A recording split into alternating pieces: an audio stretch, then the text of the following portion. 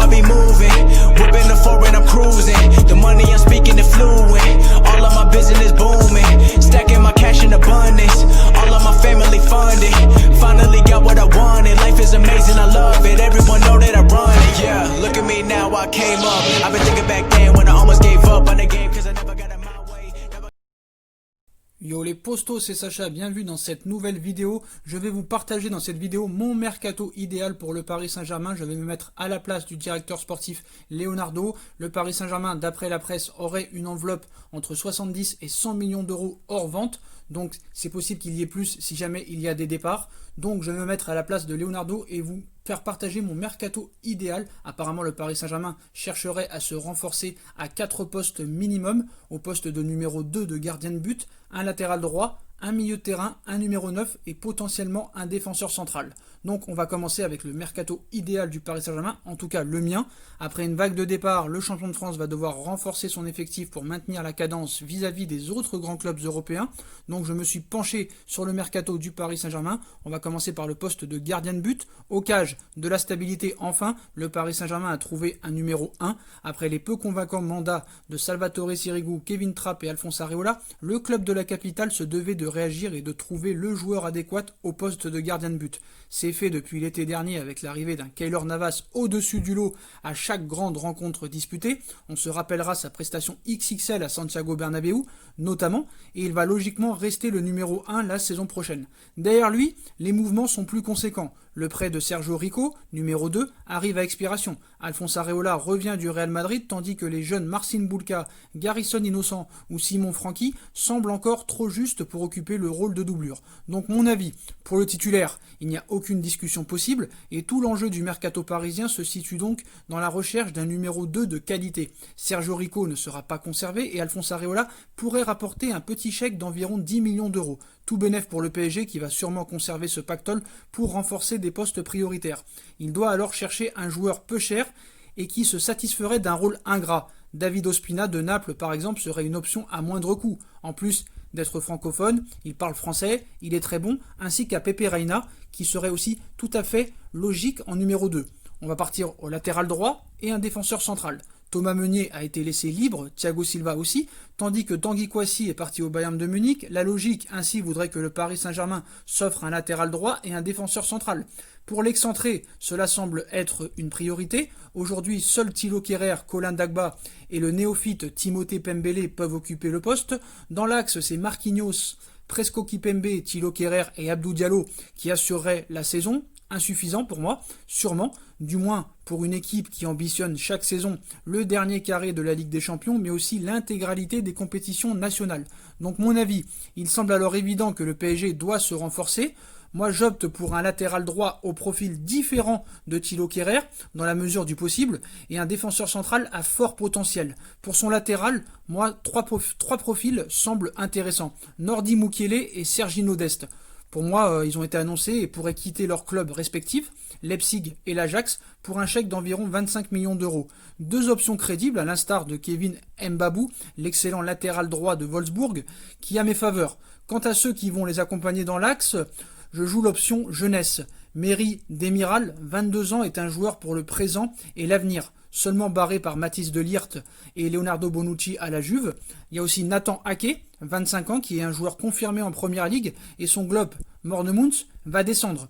Luis Felipe, 23 ans, offre lui plus de polyvalence, puisqu'il évolue dans une défense à 3 avec la Lazio de Rome. C'est néanmoins sur le premier du trio que se porte mon choix. Voilà, je vous dis la vérité, Nordi Mukiele est très très bon, et moi j'aimerais bien le voir venir au Paris Saint-Germain. Voilà pour les défenseurs. On passe au milieu de terrain. Il faut du renouveau au milieu. Idrissa Gueye, Marco Verratti, Leandro Paredes, Ander Herrera. Et plus pour dépanner Pablo Sarabia et Julian Draxler, que cela peut sembler maigre pour un candidat à la victoire finale en Ligue des Champions. C'est pourquoi Leonardo a érigé l'arrivée d'un milieu de terrain comme une priorité. Et pas n'importe quel milieu. Le directeur sportif italien veut un titulaire pour apporter à l'effectif parisien une grosse plus-value. Il a notamment fait de Sergei Milinkovic-Savic une option. Peut-être trop cher pour les moyens du Paris Saint-Germain. En tout cas, la question du profil est obligatoire. Choisir un joueur polyvalent capable de se projeter ou un rock régulateur plus bas sur le terrain. c'est mon avis en tout cas. Donc si Leonardo se penchait sur le premier des profils, il faudrait dans tous les cas un milieu de terrain avec du volume, pressing, projection, etc. Voilà pour les qualités de base qu'un Donny van de Beek possède sans nul doute. Mais le milieu de l'Ajax est cher, autour des 40 ou 50 millions d'euros. Il y a aussi Piotr Zelinski de Naples, serait intéressant mais pas sûr que le Napoli soit vendeur. Peuvent alors venir les noms de Thomas Partey, milieu défensif de l'Atlético Madrid, de Rodrigo De Paul de l'Udinese et celui de Corentin Tolisso pour leur faculté à être polyvalent. Le français et l'argentin sont intéressants, mais pour sa fiabilité et son expérience du très haut niveau, je penche plus pour leur homologue ghanéen, plus à même d'évoluer devant la défense. Lui, il faudrait néanmoins faire un effort financier puisque sa clause libératoire est fixée à 50 millions d'euros. Voilà mon avis pour les milieux de terrain. Maintenant, on en vient au numéro 9. Avec les départs d'Eric Maxime Choupo-Moting et d'Edinson Cavani, libres, le PSG perd un buteur de haut standing et un joueur capable, comme en début de saison, de dépanner. C'est d'ailleurs plus qu'une question de nombre que de besoins évidents. Tant un Mauro Icardi et Kylian Mbappé sont performants, mais la question est réelle quant au remplacement de l'international camerounais et de son compère uruguayen. Il faut un remplaçant à ces joueurs. Chez les jeunes, Arnaud Kalimuendo pourrait parfaitement incarner une doublure, et si le club parisien veut faire des économies, nul doute qu'il sera l'option privilégiée. Tant mieux, car son talent est évident et ses qualités propices à une intégration rapide dans une équipe de très haut niveau. Il pourrait grappiller quelques minutes par ici par là, à moins qu'une recrue ne débarque. Donc mon avis, pour suppléer Mauro Icardi et Kylian Mbappé, le PSG peut opter pour l'option vieux briscard ou celle du jeune prometteur. Moi je miserais sur la seconde. Plus à même d'offrir au PSG une possibilité de cession en cas d'échec ou de projection si la recrue est un succès. Dans ce cadre, 2 joueurs de Liga ont un profil intéressant puisque jeunes et potentiels doublures sans rechigner à la tâche. Je pense notamment à Alexander Isaac de la Real Sociedad ou Raúl de Tomás de l'Espagnol Barcelone, 2 joueurs de qualité qui pourraient trouver de la constance dans une équipe comme le Paris Saint-Germain. L'option pépite en devenir est aussi à envisager et dans cette lignée, Caio Jorge, jeune brésilien de Santos, et Patson Daka, prolifique buteur du Red Bull Salzbourg, sont des pistes à étudier pour moi et des joueurs très intéressants. Donc voilà les postos, voilà pour mon mercato idéal du Paris Saint-Germain. Je vous ai donné toutes les options, que ce soit en gardien de but, en défense, en milieu et en attaque. Dites-moi en commentaire ce que vous en pensez. J'ai étudié un petit peu tous ces joueurs, c'est pour ça que la vidéo a été longue à sortir. Ça fait 1 mois que je suis dessus. Mais voilà, c'est des joueurs que j'apprécie et qui pourraient faire notamment très bon usage au Paris Saint-Germain. En tout cas, c'est mon avis. Donc c'est fini les mercato bling bling, il faut des joueurs intéressants, polyvalents, qui se battent pour le club, qui acceptent d'être remplaçants, doublures ou titulaires indiscutables, voilà.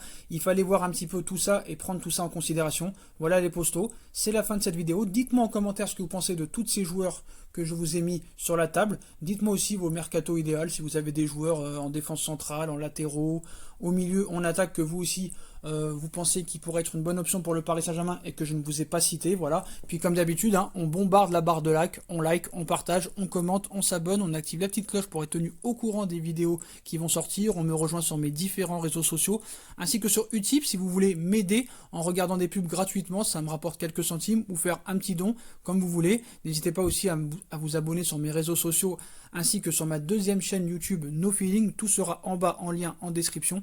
Voilà les postos, je vous souhaite à tous une très bonne continuation, prenez soin de vous et à très vite pour une nouvelle vidéo les postos. Tchuss.